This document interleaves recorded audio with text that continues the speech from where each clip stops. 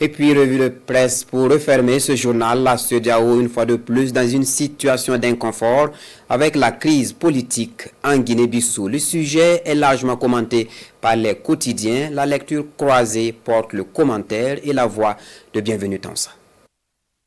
La communauté économique des États de l'Afrique de l'Ouest, encore face à des difficultés. Sidoya fait observer qu'après le départ du Burkina Faso, du Mali et du Niger, la CEDEAO se retrouve en désaccord avec un de ses membres, la Guinée-Bissau.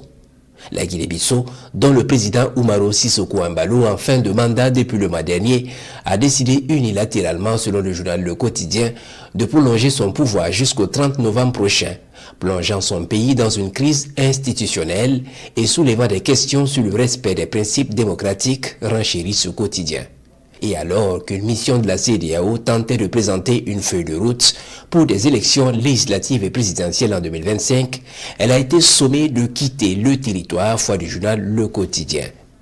À entendre ce journal, cette expulsion intervenue dans un contexte de tension politique démontre le mépris affiché par le président Embaló envers l'organisation sous-régionale. Sidoya y voit un autre revers pour la CEDEAO, victime selon lui de ses propres compromissions.